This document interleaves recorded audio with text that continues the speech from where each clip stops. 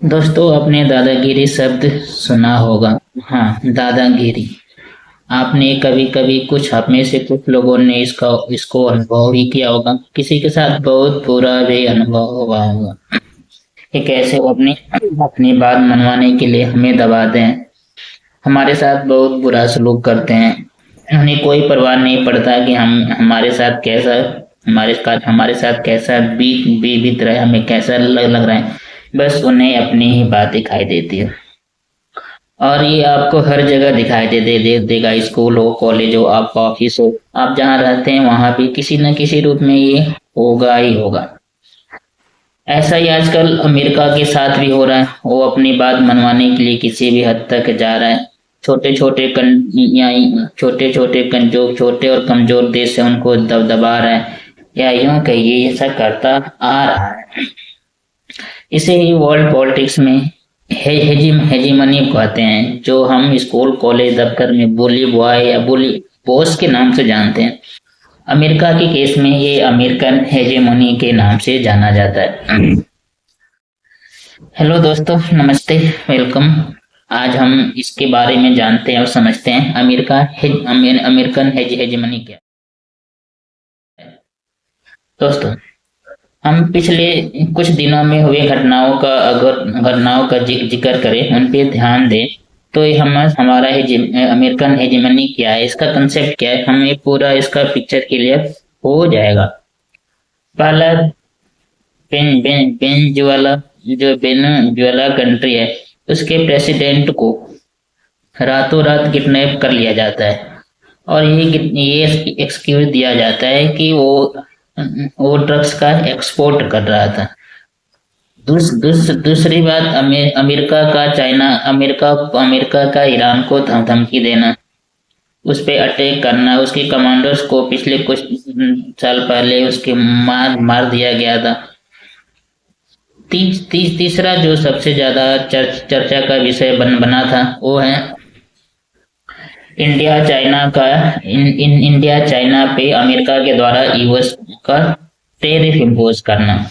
वो मनचाहे तरीके से 100%, 500% टैरिफ इम्पोज कर रहे हैं, ताकि इंडिया के सामान अमेरिका में जाए तो महंगे हो जाए और वहाँ के अमेरिका के सामान सस्ते रहें, ताकि लोग अमेरिका के सामान ही खरीदें।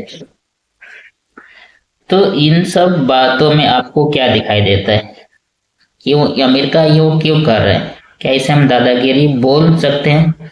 अफकोर्स ये दादागिरी ही है, जब हम अपनी बात मनवाने के लिए किसी भी हद तक जा सकते हैं, किसी के बारे में कोई परवाह नहीं करते, कि अपनी बात मनवाने के लिए फोर्स का यूज कर सकते हैं, तो इसे दादागिरी ही बोलते हैं। आपकी नजर में, हमारी नजर में ये गलत हो सकता है, लेकिन अमेरिका के लिए ये सही है, क्योंकि उसे अपना इंटरेस्ट फुलफिल करना है, अपना इंटरेस्ट करना है। जैसे वेनेजुएला के केस में देखें तो उसे सस्ता तेल चाहिए, ऑयल चाहिए। ईरान के केस में भी सेम, जो अब वहाँ के करंट प्रेसिडेंट है उसको हटा के कोई अपना पपेट प्रेसिडेंट बना के फिर मन चाहे रेट पे वो वहां से तेल ले लेगा। और इंडिया और चाइना की बात करें, तो इंडिया में टैरिफ इम्पोज कर रहे हैं, ताकि इंडिया में टैरिफ इम्पोज कर रहा है ताकि इंडिया और चाइना से एक फेवरेबल डील, यानी अपने पक्ष में हो, यानी यूएस अपने पक्ष में कोई एक ट्रेड डील करवा सके, ताकि यूएस का, अमेरिका का जो भी डेयरी प्रोडक्ट है या फार्म प्रोडक्ट है, जैसे दूध वगैरह या जो भी फार्म के प्रोडक्ट हैं, गेहूं वगैरह, वो इंडिया में आएंगे। अगर इंडिया में आएंगे, अगर अमेरिका से इंडिया में गेहूं आता है, तो इंडिया के किसानों का क्या होगा? दिक्कत हो सकता है।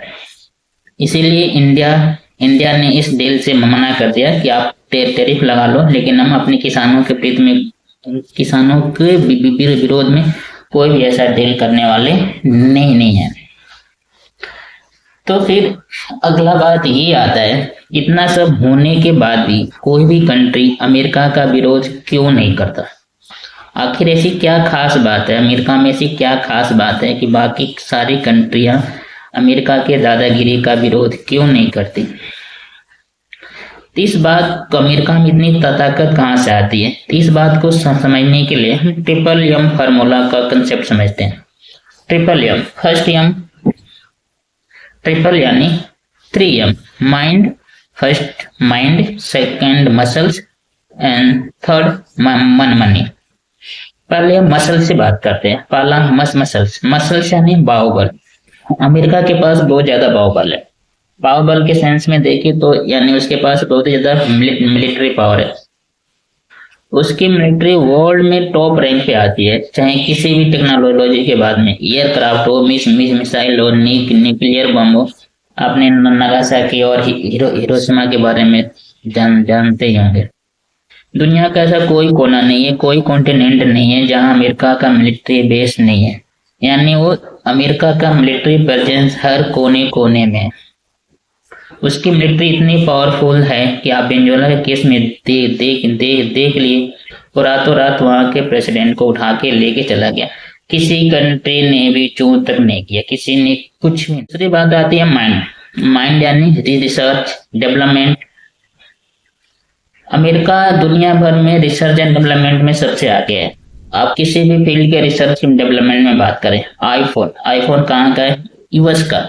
सबसे टॉप टेक्नोलॉजी किस ब्रांड की है? आईफोन की है। आप जो कंप्यूटर यूज करते हैं वो अमेरिका की। यहाँ तक कि हम जो इंटरनेट यूज कर रहे हैं सबसे पहले उसका वो किसकी देन है? अमेरिका की देन है। उसके मिलिट्री पेंटागन जो इंस्टीट्यूट है मिलिट्री का, उन्होंने। दोस्तों, अगर आप भी खुद को, अपने आप को, अपने घर को, अपने परिवार को, अपने फैमिली को, अपने गांव को, अपने देश को इतना ज्यादा पावरफुल बनाना चाहते हैं, या यूं कहिए कि दूसरों की दादागिरी से खुद को बचाना चाहते हैं, तो आपको 3 चीजों पे काम करना पड़ेगा। First, mind. आपका दिमाग बहुत ही तेज होना चाहिए, समझदार हो। आप खुद को, अपने को समझदार बनाएं, अपने घर वालों को समझदार बनाएं, और हर चीज को गलत सही का फर्क करने में आपकी समझ काफी अच्छी होनी चाहिए। अच्छा, हमारे लिए अच्छा क्या है, हमारे लिए बुरा क्या है, आपकी समझ इसमें अच्छी होनी चाहिए। दूसरा, मसल्स। आप अपने भाइयों के साथ, अपने घर परिवार में मिलजुल कर रहें, यूनिटी बना के रखें, ये आपको होगा मसल्स। तीसरा है मनी। आप मेहनत करें, पैसा कमाएं, पैसे से ज्यादा पैसा कमाएं। और जब आपके पास तीनों हो जाएगा, माइंड, मसल्स और मनी, तब आप ही अपने आप को एक बहुत ही पावरफुल मैन, पावरफुल देश, पावरफुल कंट्री बना सकते हो। थैंक यू, नमस्ते, सी यू।